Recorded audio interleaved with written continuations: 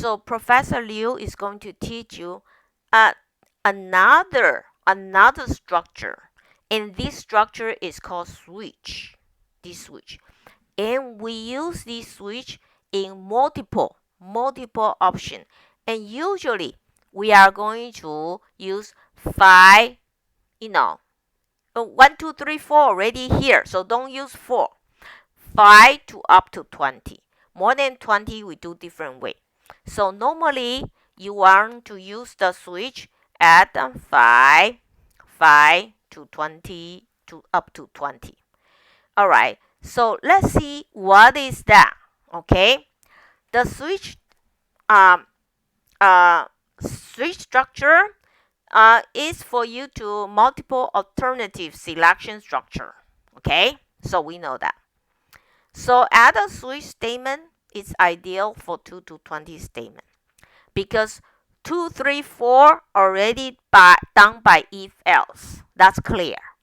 1, there's no option, right? 1, you have to take it. You switch statement, we do switch. And here is very, very important, okay? Here is very, very important. You must memorize right now with me. Is okay? So, inside here, condition here, you know what? You really have only 2 things you can do put right here. It's either an integer or a character. That's it. So anything put here has to be integer or character. So there is some limitation. There's a limitation right here. So whatever you're going to put here, all right, must be the integer type or character. Otherwise, you cannot do it. Okay. So if that's integer, we usually do case 1, 2, 3. And you must end with break. You must. If you don't do the break, it will jump to the other. So you will not land on the right selection. Okay.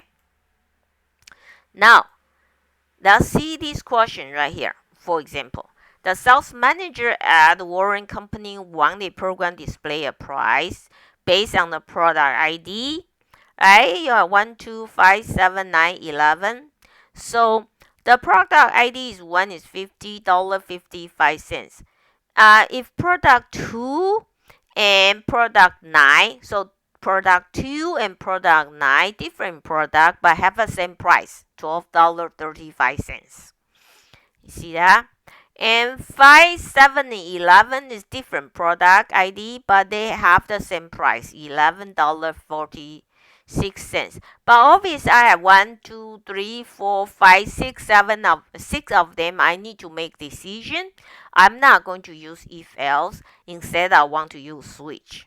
So the way we do is we put the switch. Remember, this product ID is integer, so that's perfect. So if your criteria has to be integer, if it integer a character, then you can use it. Is it integer? Fine, I'm going to use it. Case 1, case 2 and 9. Both case 2 and both case 9, you have 12.35. Yeah. Both these 2 cases have 1 price. But notice every single case must end with break. And these 3 cases, price is $11.46. Now we use default.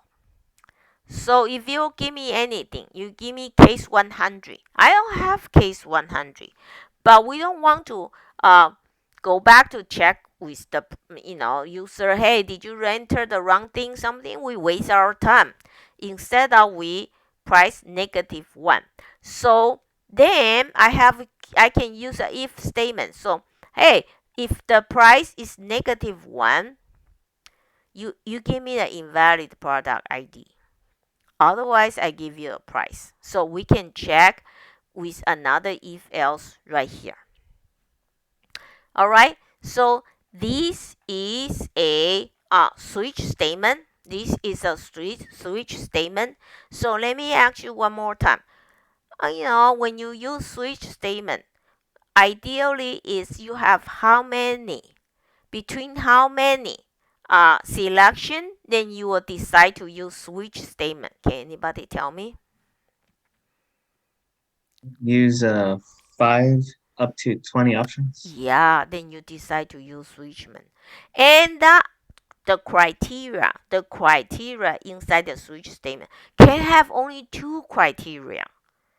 All right, what are the two type of the criteria you can put in this switch expression? Can anybody tell me?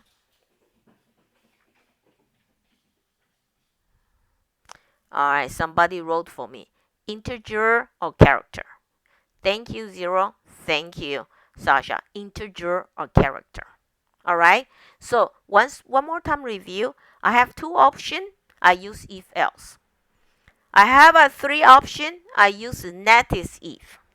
I have four nested if. Inside this, everyone have it. So 2, 3, 4 stay here.